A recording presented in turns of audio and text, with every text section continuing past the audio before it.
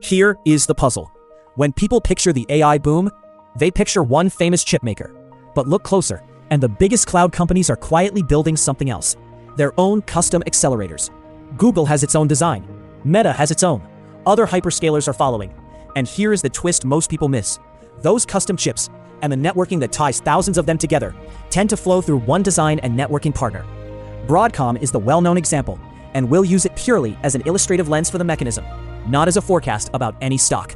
So where does the AI money actually come from? Think of it as two engines, not one. The first engine is the custom brains. The accelerator's a cloud code designs for its own workload. The second engine is the networking. The switches and optical links that let thousands of those chips behave like a single machine. Here is the part people underrate. A lone accelerator is just a chip. It only becomes AI compute when the networking connects it to all the others.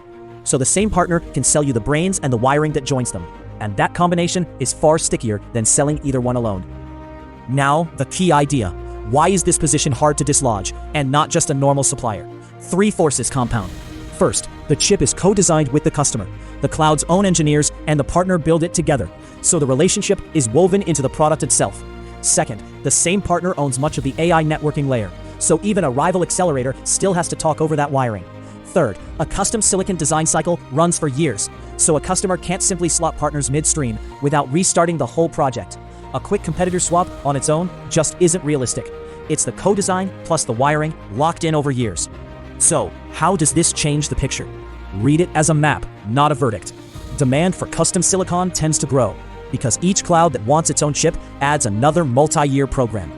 The AI networking layer tends to scale right alongside it, since more accelerators always need more wiring between them. The simple one chipmaker story gets questioned, because it leaves out the other half of the compute. And the trade-off is real. A business tied to a few giant customers and big earnings events can swing sharply when expectations move. One AI engine, refracted by where in the stack you look.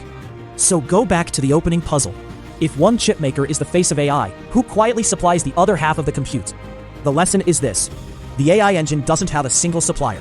One company can sell the headline accelerator, while another co-designs the custom chips the cloud giants want, and supplies the networking that lashes them together. That co-design, plus ownership of the wiring, builds a position you earn over years, not in a single quarter. Could the picture change? Of course, design wins shift, and competition is real. But the deeper point holds. Don't watch only the name on the box. This is an explainer, not advice. Verify the specifics yourself. One company sells the AI engine. Another sells the custom brains and the wiring.